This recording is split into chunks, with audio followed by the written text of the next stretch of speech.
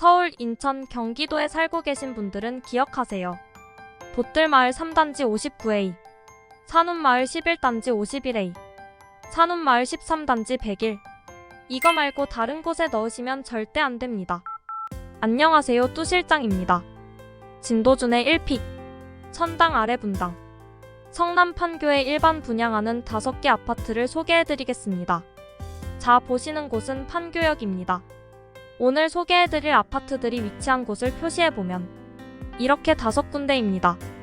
오른쪽 위부터 보면 봇들마을 3단지에서 8세대, 판교원 마을 12단지에서 3세대, 산운마을 11단지에서 5세대, 산운마을 12단지에서 1세대, 산운마을 13단지에서 5세대를 일반 분양합니다. 보시기 쉽게 평형을 구분해서 나누어 보았는데요. 이 표는 영상 뒤에서 계속 나오니까 가볍게 한번 보시고요. 자세한 건 뒤에서 설명드리겠습니다. 먼저 내가 당첨될 가능성이 있는지 알아보기 위해 입주자 모집 공고문에서 확인해야 할 몇 가지만 알려드리겠습니다. 분양 물량은 5개 아파트의 22세대인데요. 2000년대 후반에 이기 신도시인 판교 신도시가 입주할 당시에 LH 소유의 집에 임차인으로 10년간 거주하면 내 집 마련할 권한을 주는 물건이었는데요. 여기서 내 집 마련을 포기한 물건이 5개 단지에서 22세대가 나온 겁니다. 1순위 신청은 10월 11일 수요일이고요. 5개 아파트 모두 당첨자 발표일이 10월 19일로 동일합니다. 그래서 1개 아파트만 신청할 수 있습니다. 여기저기 모두 넣으시면 안 됩니다. 이미 10년이 지난 아파트이기 때문에 연말에 바로 입주할 수 있습니다. 그만큼 잔금 일정이 빠듯하기 때문에 대출 받으실 분들은 잔금 일정에 문제 없도록 준비하셔야 합니다. 당첨자 선정 방법을 보면 30%는 성남시 거주자에게, 20%는 경기도 거주자에게, 나머지 50%는 서울, 인천에 사는 수도권 거주자에게 분양합니다. 이때 3년 이상 무주택자여야 하고 청약 통장에 저축 금액이 많은 순으로 선정합니다. 한 달에 10만원까지만 인정하기 때문에 한꺼번에 큰 금액을 넣는 것은 의미가 없습니다. 그리고 모집 공고일인 9월 25일을 기준으로 하기 때문에 지금 넣는 것도 의미가 없습니다. 특이한 점은 3세대 미만은 성남시 거주자에게 분양한다는 건데요. 대부분 3세대 미만이기 때문에 서울, 인천, 경기도 거주자분들은 잘 살펴보셔야 합니다. 다시 표로 돌아와서 마지막 주의사항을 살펴보겠습니다. 보시는 것처럼 대부분 공급세대가 3세대 미만이기 때문에 모두 성남시 거주자 중에서 선정하겠네요. 서울, 인천, 경기도에 거주하시는 분들은 3개 타입을 잘 기억해두세요. 우리를 뽑지도 않는 엉뚱한 곳에 청약해서 기회를 날릴 수도 있습니다.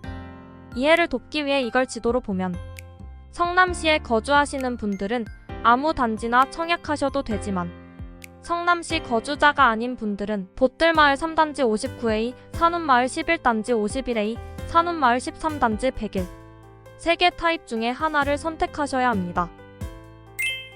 다음으로 돈이 얼마나 필요한지 알아보겠습니다. 자금 계획을 세우실 때는 2가지 경우가 있는데요.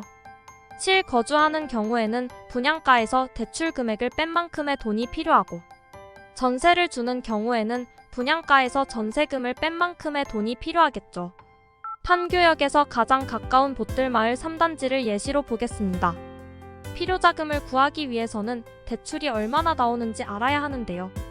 대출은 KB 시세에 따라 달라지기 때문에 KB 시세부터 확인해 보셔야 합니다.